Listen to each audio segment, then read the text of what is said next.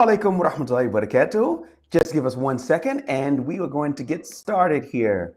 Let's let some other people in the room, particularly our friends on X.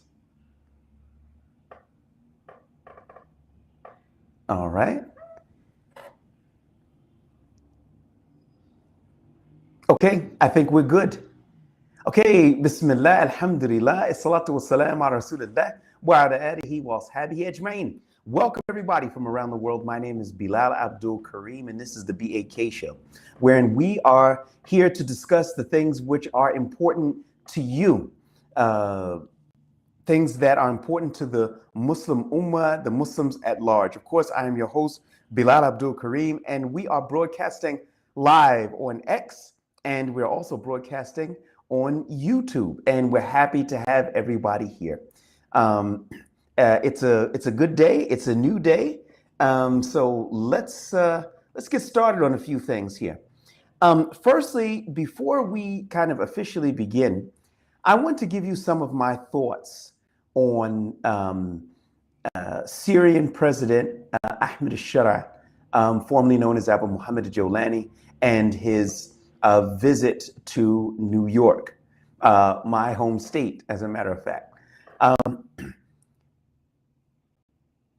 I listened to a lot of what people have been saying, and in order for what I want to say to have some context, I think it's important that we look at how we got here. Abu Muhammad Jolani was a part of the resistance force that was in Iraq against the Americans, came up in the ranks with Abu Bakr al-Baghdadi's group that was in Iraq. Eventually, he became one of his trusted lieutenants and was sent to Syria after the uprising against Bashar al-Assad, and he ran a group called Jabhat al-Nusra.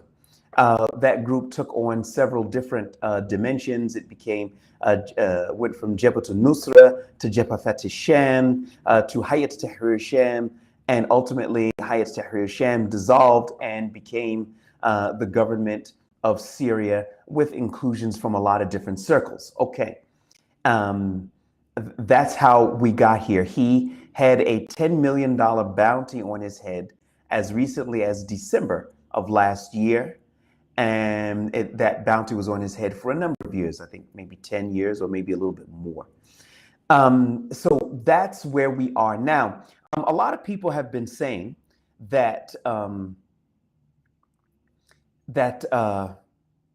Muhammad Jolani has arrived. He is in New York, going to speak at the United Nations General Assembly. For the first time, a Syrian president is going to be speaking at the General Assembly in many years. Bashar al-Assad was not invited.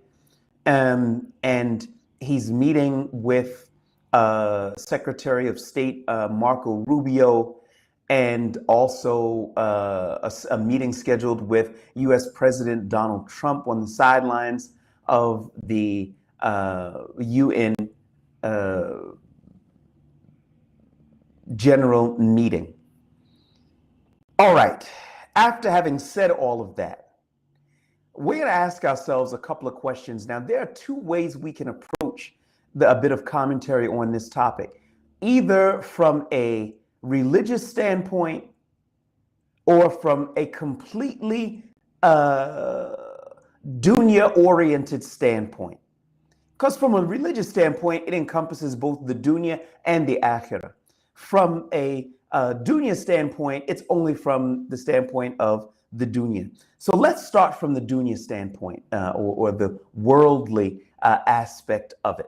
And the reason why I'm basically separating the two is because some people are just not religious, and then they might just look at this thing just from a dunya standpoint. Okay, so let's try it like that. First of all, let me ask you guys a question. The U.S. administration, particularly under U.S. President Donald Trump and Joe Biden, and for years, They have been the biggest supporter of Israel. Israel would not be allowed to exist or would not exist if it wasn't for the United States of America. I don't think anybody would dispute that. Okay. Therefore, even on the world stage, where every country around the world is calling for a ceasefire, but the only one, and nobody even abstained in the most recent vote, it was only America who vetoed it. Okay. Therefore, we could really look at the Israeli American relationship a lot like mother and daughter, father and son, who's the father, who's the son, who's the mother, who's the daughter, story of another day. But we have to look at them as this entity wherein they take care of one another. So, after having said that, there's no way that we could look that the United States of America would carry out any type of foreign policy except with Israeli considerations being prevalent in those meetings that led up to whatever decisions that they take. I think we can also agree on that. I think we can. Okay. And after having said all of that, I would ask you all a question. The people in Syria are Muslims, yes or no? The answer to that question, resoundingly has to be absolutely positively yes. Second question, are Muslims happy with what's happening in Gaza? Yes or no? The question would have to be absolutely positively not. They're not happy. Okay. Next question. Do the Muslims know who's enabling the mass slaughter and destruction of their brothers and sisters here in Sham, in Gaza to be exact, and also in the West Bank now? Do Muslims not know that it's America bankrolling and giving arms and weapons and political cover? Do the Muslims know that, or they don't know that? Of course, everybody would have to say absolutely positively. Everybody knows that. Okay. So then I would ask some pertinent questions. Number one, is there any way that you could imagine that the U.S. administration would do anything to strengthen a country full of Muslims on the borders of Israel and strengthen them economically? Because if you strengthen them economically, they're going to strengthen themselves militarily. Could you imagine that? Do you think that the U.S. administration doesn't know that Syrians hate Israelis? Do they understand that? Or do you think that they're not clear whether they actually hate the Israelis or not? What would you say? Of course, everybody would say, of course they'd be clear on that. So then how would you think that the Americans would do anything to strengthen the Syrians? By pure logic, we're not talking about the Islamic aspect of it, but pure logic, you would have to conclude that the decisions that the U.S. makes are not in the interest of the Syrian people, are not in the interest of the Syrian people, are not in the interest of the Syrian people. Now, if we even look at the Uqubat or the sanctions, the sanctions haven't been completely lifted, brothers and sisters. It hasn't. That's one of the things that Ahmed Sharaa has been very vocal about, that he wants to address when he meets with U.S. officials. Now, Congress, Donald Trump has raised the sanctions. In other words, every 180 days, they have to go back and get the waivers for those sanctions renewed. But part of that renewal is the relationship that Israel and Syria have. Is this clear?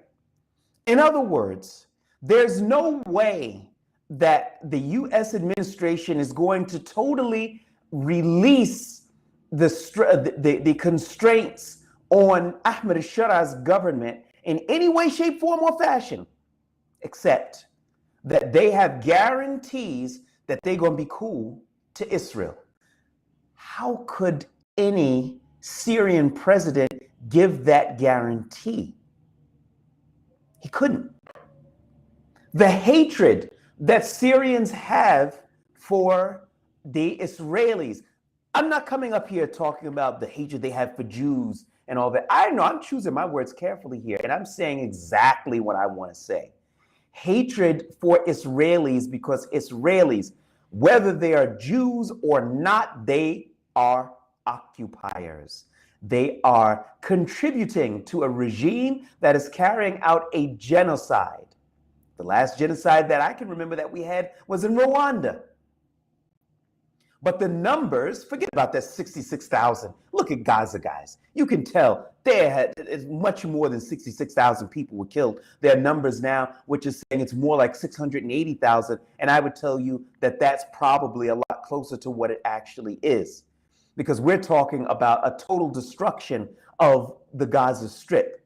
So I'm saying to you, there's no way that even Ahmed al-Sharaa could give a guarantee that Syria is going to play nice with Israel.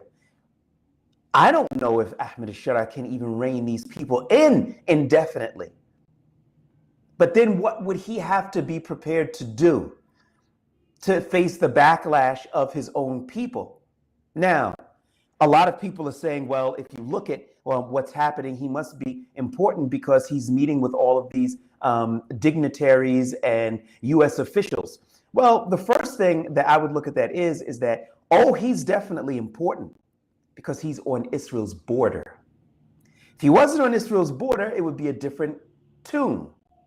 So we have to make sure that we understand that. The second thing we have to also understand is that the lifting of his status as a quote unquote terrorist, and I want everybody to understand, I never thought Abu Muhammad Jolani was a terrorist. Of course, I differ with him on many affairs, but I never saw him as a terrorist. Would they have lifted it if it wasn't for their benefit? Of course not. So we have to be very skeptical of everything that the Americans are doing, because they do what they do for the benefit of Tel Aviv first and foremost, and then America. Because remember, America's a long way away, many kilometers away from Syria and Israel. But Israel is right across the border.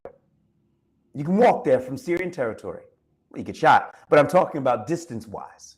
So everybody, when I see Ahmed al-Sharaa in America, and I see all of these Syrians looking and saying how, oh, we've arrived and so on and so forth, and yay, and it's a new day and such like that. I have to tell you what I feel. Now we're going into the religious side of this thing.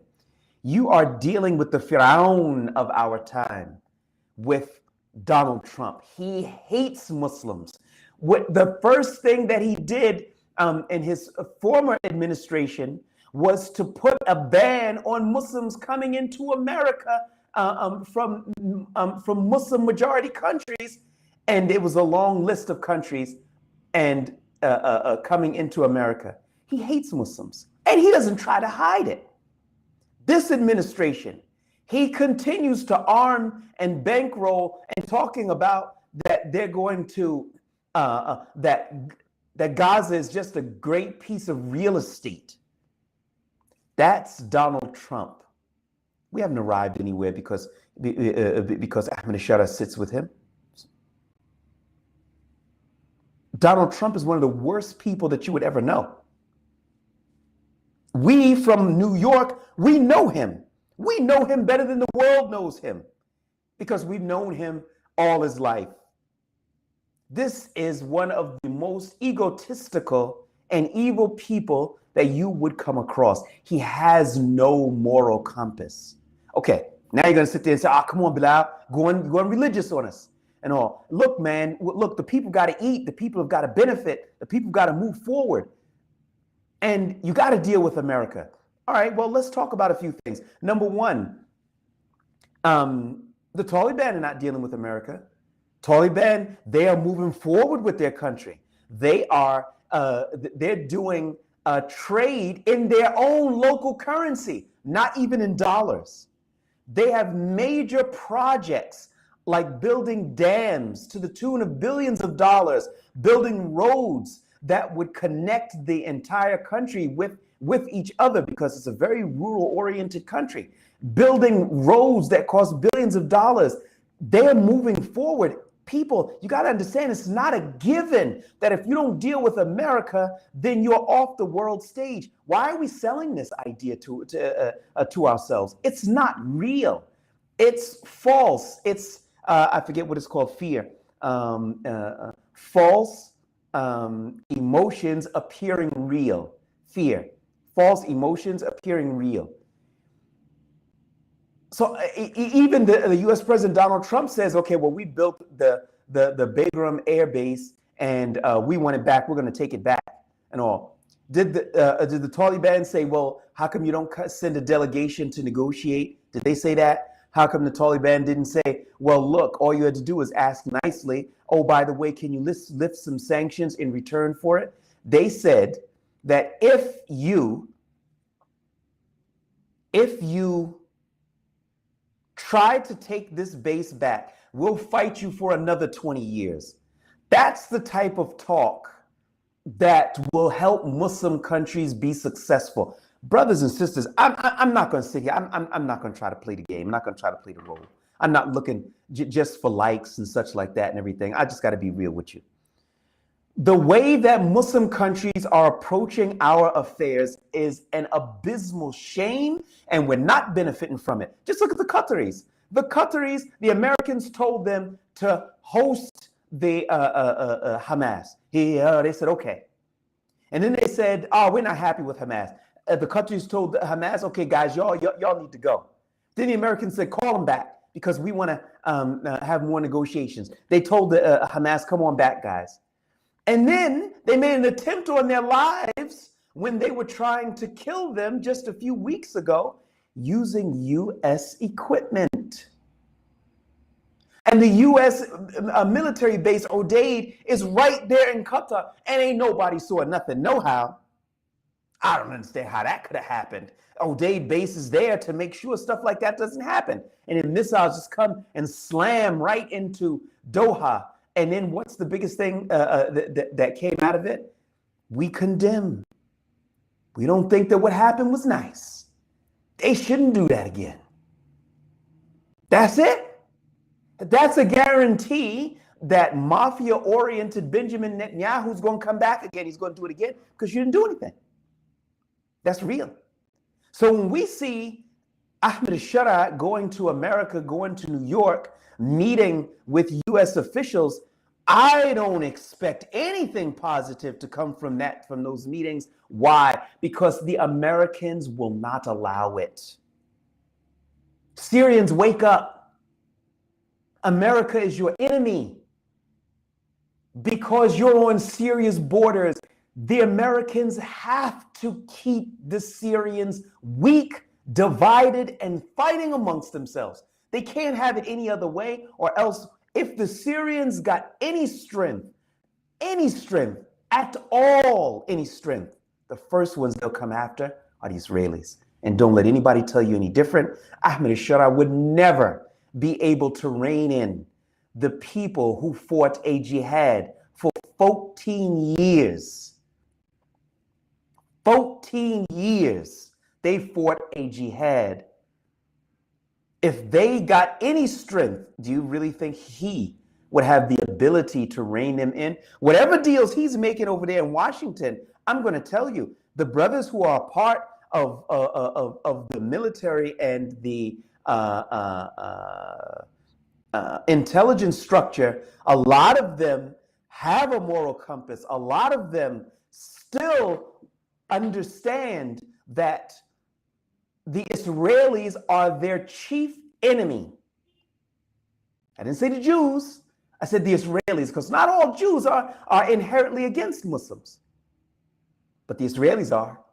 Because they're occupiers. They're occupying other people's land. They know eventually that the owners of the land or their brothers and sisters are going to come calling. They understand that. They know that. That's why they work so hard to keep the brothers and sisters weak and divided. All right, guys, let's see what we've got here. Let's take a look. I'm sorry if I might have gone a little bit over time, but let's take a look and see. All right, now we've got Skipper Dipper, who's here. He's on X. Secretary Marco Rubio says, I met with Syrian President Ahmed Sharaa about our shared goals for a stable and sovereign Syria and ongoing efforts to bring security and prosperity to all Syrians. We also discussed implementing President Trump's historic announcement on sanctions relief and the importance of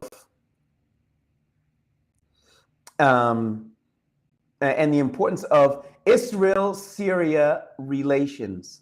Okay, that was Secretary of State Marco Rubio. Skipper Dipper says he's a rat. I think he's referring to Ahmed Sharaa. That's how any sincere Muslim should understand him. Okay, look, I understand your sentiment. I probably wouldn't frame it like that, but I can dig what you're saying. And I think that the way we have to look at that is as follows. Let's go back to that. First of all, let's look at what Secretary of State Marco Rubio said. Okay, he said, I met with Syrian President Ahmed Sharaa about our shared goals for a stable and sovereign Syria and ongoing efforts to bring security and prosperity to all Syrians. Number one, in the south of the country, in Quneitra, it's run, a big portion of it is under the influence of the Israeli Defense Force. Okay, where did the weapons come from the that are in the hands of those occupiers in Quneitra? Where did the weapons come from? America. So don't talk to me about a stable and sovereign Syria, because it's your weapons and it's your cash that's allowing the Israelis to occupy Syria and to carry out askari missions. Askari, I'm forgetting my English here. Military operations in Syria. It's your weapons doing it, and it's your political cover doing it. And you say to bring security and prosperity to all Syrians. All Syrians? You sure about that? You can't separate what the Israelis are doing in the southern part of the country, which is called Suedat, where in Hikmat al-Hajri is Tel Aviv's man in Syria, where it's outside of the control of Damascus government headed by Ahmed Sharaa. And you can't say that the Israeli flag that Hajri raises there inside of Suedat, we got no connection to that. We don't know what's going on out there. You know what's going on out there, and you know that it's your money that is bankrolling not only Tel Aviv, but their proxy here in Syria. So don't fall for that, brothers and sisters. That's the first thing. He also said, we also discussed implementing President Trump's historic announcement on sanctions relief and the importance of Israel-Syria relations. Bam! That's just what I just got finished saying. I said that the sanctions relief is based upon Israel-Syria relations. And hear how he just said it. Historic announcement on sanctions relief and the importance of Israel-Syria relations. Okay, so in other words, if you ain't going to be cool with Syria, the sanctions are not going to get raised. Everybody knows that. So I'm just making it crystal clear, brothers and sisters, who's who and what's what, and who should be getting excited about meeting U.S. officials, because you got to understand something. Ahmed Sharaa is not in a position of strength. He's not. I'm not sure what his positions might be if he was in a position of strength. But on the real to real, don't expect that he's going to come back and they're going to be a bag full of goodies for the Muslims in Syria. Forget it. I just don't see if that's going to happen. and Allah knows best. All righty, let's take a look and see. All right. Okay, Ozzy says, Assalamu alaikum, brother. Al-Jawlani is a typical example of what is called Islamic politics. I'm going to say a typical example of failed politics, because the way the affairs are being, I'm seeing them, this is not Islamic politics. It's not. Now, I'm not going to sit here and tell you that, oh, what are you saying, Bilal? He shouldn't sit with them or something like that. No, you can sit with anybody. I didn't see a problem if the revolutionary forces sat with Bashar al-Assad. That doesn't mean we're going to agree. But when we're seeing things here in the country, like the attempt that they made to scale back the amount of periods in the school system that Islamic studies is happening. In other words, there were 4 periods in the free territories. Now that the country's been taken over by revolutionary forces, they scaled it back to 2. But there was a big backlash, and then it got reinstated up to 4. But what did they reintroduce? They introduced music and art. Okay, all right, I don't have a problem with art, but music is haram. It was Jolani's position that music was haram all these years. When did it stop being haram? You see what I'm saying? Now you got some new fatwa? Well, how come you don't tell us what the fatwa is if something is new? But don't just hook up with the Americans and then all of a sudden now Islam is getting scaled back and music is being put put forward, and a lot of other stuff that's going on. So I wouldn't call it Islamic politics. I wouldn't. I can't, because I don't see the Islamic part of it in it. Okay, next item up for bids. The Lion Amir says, Nasserism, aka Arab nationalism, secularism, refuses to die, and now they're building another Sisi-style surveillance state in Syria. You brothers and sisters have heard me say this before. I'm going to say it again. If you do what others did, you're going to get what others got. If you do what others did, you're going to get what others got. Brothers and sisters, the politics of these nationalist-oriented states are failures. Failure. They haven't gotten anything out of it. I'm just being real with you, brothers and sisters. Let's talk business. We don't have sovereignty in any of our countries. Look at all of the Arab lands. Look at them. In spite of the fact that they've got trillions of dollars, we don't have a single powerful military. Bam, I just said it. Which one? Oh, Egypt is the biggest, is the powerful military. Yeah, they started to transition and to buy stuff from China, but the other military equipment that they buy from the United States of America and all, they couldn't even use it in a conflict against the Israelis because of the end user agreements. They'll mess around and turn them F-16s off. I'm not kidding. I didn't just make that up. You can take an F-16 and you can lock out portions of the computer. Even the missile systems, the end user agreements is that you can't use it against an ally of the United States of America. That's their equipment. They wouldn't even sell it to you without these end user agreements. And somebody might say, okay, well, once you got the stuff, you can just go ahead and do your thing. No, you can't do your thing because these planes and advanced weapon systems need parts. They need ammunition. They need all of these things to keep it going. And when all of a sudden you've got these advanced planes with the computer locked out and the fuselage is not working and this is not working and you don't have the parts to be able to replace it, then you've got billions of dollars worth of junk. That's where we are, brothers and sisters, and that's real. So as long as they want to keep on doing this failed diplomacy and all, well, we're going to get what we've always been getting, which is a bunch of nothing. Ozzy is back and he says, brother, you're a real Muslim, speaks with no fear or double standards. May Allah protect you and your family. Ameen. Listen, I'll be real with you. I don't want anybody to think that I don't think that there will be at some point repercussions for some of the things that I'm saying. But I also understand something, that at 54 and years of being in the field of journalism, I know things and see things that other people don't. It would be haram for me to take these abilities that Allah gave to me and to keep it close, and I'd be the only one, just those people in my own personal circle who know certain things that are important to the Muslims at large. That would be a betrayal of the ummah. Now, eventually I might go downstairs to go get in my car. Somebody might throw a rock and pop me upside the head with it. Or somebody might want to put one of those bombs that they like underneath the car, something like that. Yeah, all of that is a possibility, but shoot, I'm going to do my thing anyway. What can, I have to explain to Allah why I didn't do it. What am I going to say? I was scared.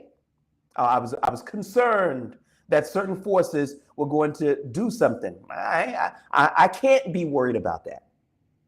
I'm not going to tell you that I'm not worried about it. I can't be worried about that because we got work to do. We have an ummah to build, and we may as well roll up our sleeves and just get to work. Next, Ahmed says, do you think Saudi and Pakistan defense deal has anything related to Israel? I think for the Saudis, there's a part of that in there, but I think it's directed more maybe towards Muslims, i.e. the Houthis on their borders, and maybe I think it's both. Because, yeah, I think that what Netanyahu's been doing is worrisome. And it's clear that America cannot, will not protect them. So therefore, they need to do some things that will help to boost their protection. And that's where the Pakistanis come in. As for the Pakistanis, they ain't got no money. The Saudis got some money. So that's what their interest is for them. So it's a bit of a symbiotic relationship. I do think that the Israeli thing is also a part of it, but I don't think it's the whole story. And Allah knows best. Okay, Eagle 6 says, the U.S. did support Egypt and Jordan. The U.S., the biggest recipients of U.S. financial aid and assistance in the world, the top three are first, Israel, second, Egypt, the third, Jordan. Jordan is a little dried up country that's very, very small. And I use the word dried up country because of their failed leadership and not because of the Jordanian people, who I think are some very, very good people. They got a lot of people of knowledge that come out of there. But why would they give so much money to the Jordanians? Well, why do you think that they do that? Protection for Israel. When you buy the government and all, you buy protection for Israel. Pay to play. That's the reality of it. So when we use the word support Egypt and Jordan, you have to understand something. America isn't supporting anybody because they're their friends. There's no friendship here. There's only interests. And their interest is to protect Israel. And Allah knows best. Let's take one more.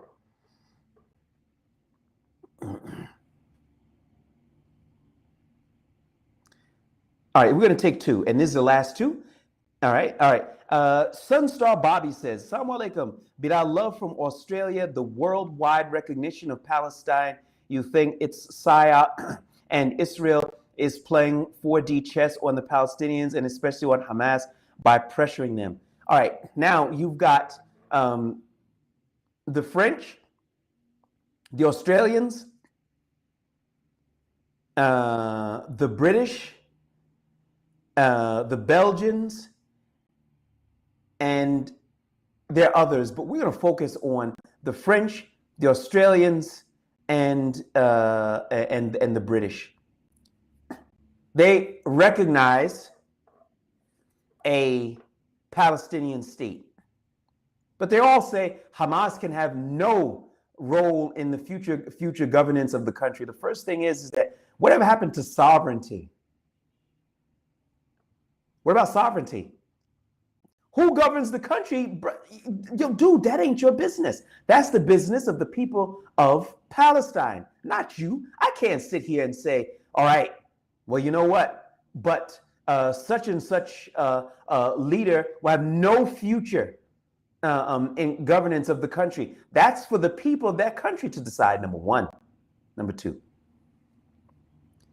not a single one of those countries, UK, Australia, France, not one of them has recalled their ambassador, the Israeli ambassador.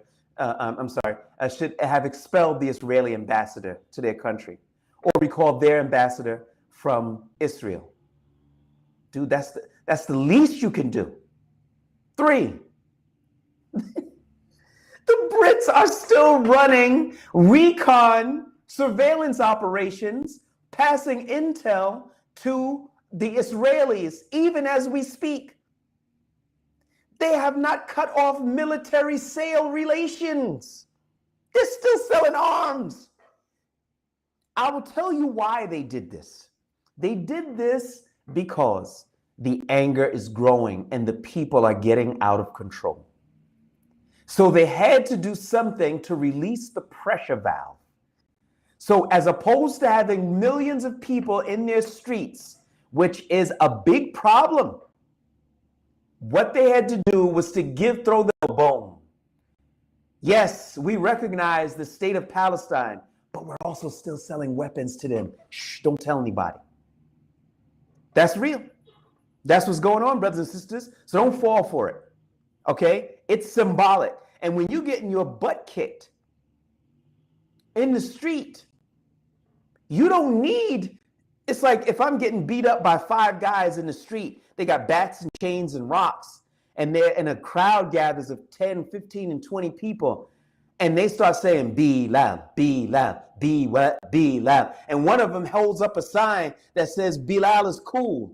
That's all symbolic. Put the sign down and come in and help me. Or better yet, use the sign and crack one of them over the head.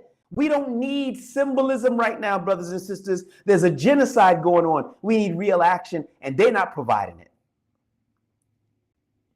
And on the real to real, that's the real deal.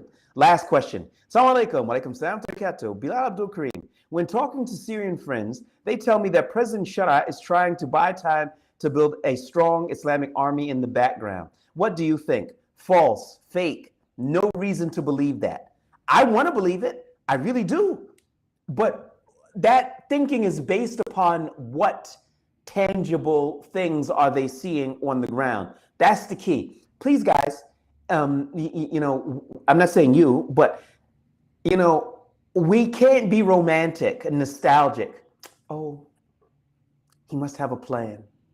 You know, okay, well, we need to see something of that plan because we want to be in on the plan too. We want to help out. We'll throw in. We will support you, Ahmed Sharaa. But so far, what we've seen are nothing but concessions and things that go against the very nature of this revolution. Ahmed Sharaa is doing military operations with the U.S. military killing Muslims inside of Syria. And I'm supposed to think that somehow, some way, someday, there's going to be some kind of Islamic army that's going to be born out of that debacle and chaos? Nah. I'd be fooling you if I said that. I'd be maybe have an agenda if I said I have some reason to believe that. I don't have a reason to believe that. Wallahi, I wish I did. I wish I did. But I don't. And that's the real deal. Okay, brothers and sisters, we're going to break off here. Look, I want everybody to check out our crowdfunding page. That's on Medina.com/voices of truth. Medina.com/voices of truth. For those of you who are on X, that's Medina, MADINAH.com/VOICESOFTRUTH. Voices of Truth. I am your host, Bilal Abdul Kareem. Jazakumullah khair. Please do share this video and we'll catch up with you next round, inshallah ta'ala. Assalamu alaikum wa rahmatullahi wa barakatuh.